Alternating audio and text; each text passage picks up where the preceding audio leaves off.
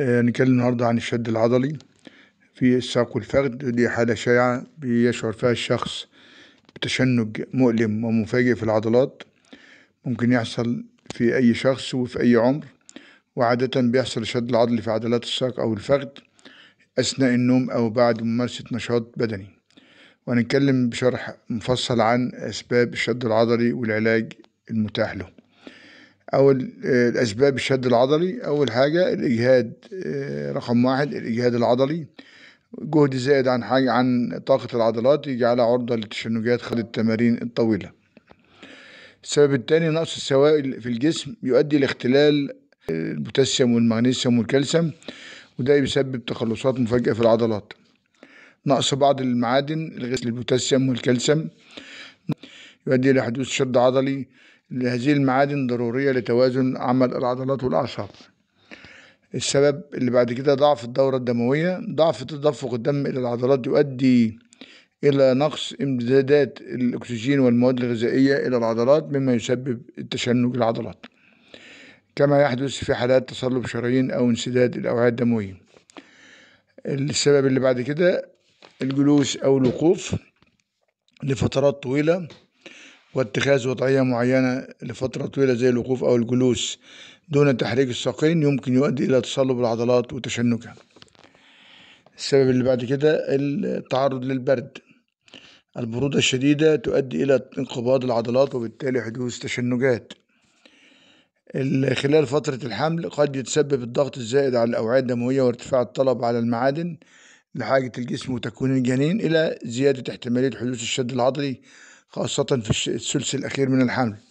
استخدام بعض الأدوية مثل مضرات البول بتسبب نقص في المعادن والسوائل ويؤدي إلى احتمالية التشنجات العضلية. تقدم في العمر أيضا من الأسباب اللي بتؤدي إلى التشنج العضلي، لأن بيقل فيها الكتلة العضلية ومرونة العضلات، مما يجعل الشد العضلي أكثر حدوثا. العلاج الشد العضلي في الساق والفخذ، في علاجات فورية. فور حدوث التشنج العضلي يجب محاولات تمديد العضلة المصابة ببطء. يعني على سبيل المثال إذا كانت تشنجات في عضلة الساق الخلفية اللي هي السمانة، يمكن شد القدم نحو الأعلى لتخفيف الألم. تدليك المنطقة المصابة يساعد على استرخاء العضلة وزيادة تدفق الدم. كمادات مياه دافية أو أخذ حمام ساخن يساعد في تخفيف التشنجات. العلاج الدوائي، بعض الأدوية زي مضادات الالتهاب زي النانسترويدال أو مسكنات زي البروفين أو المغنيسيوم. إذا كان نقص في المغنيسيوم وتناول مكملات المغنيسيوم ده مهم جدا.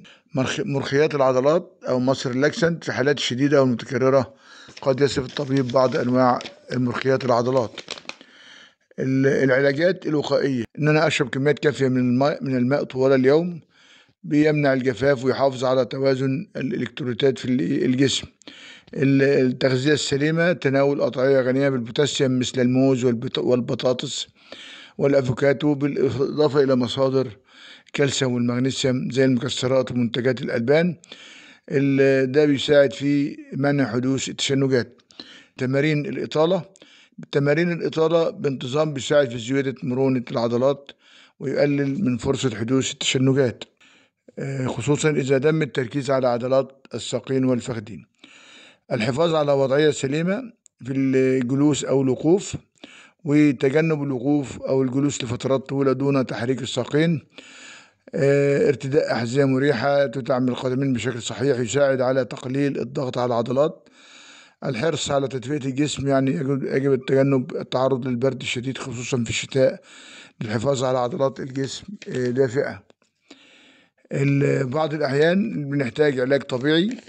الشخص بيحتاج إلى جلسات علاج طبيعي تساعد في تقوية العضلات المتضررة وتحسن مرونتها، وتمارين الاستطالة بمعرفة دكتور العلاج الطبيعي. في بعض الأحيان نحن بنحتاج نستشير الطبيب العظام المتخصص، خصوصا إذا كانت تشنجات مستمرة ومتكررة بشكل مزعج.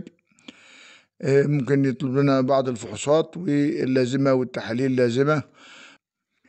الشد العضلي في الساق والفخذ شائع، ويمكن علاجه بالعلاجات الفورية مثل التمدد والتدليك والوقاية. إذا أعجبكم الفيديو لا تنسوا الإعجاب والاشتراك في القناة وتفعيل الجرس لتصلكم إشعارات بكل جديد.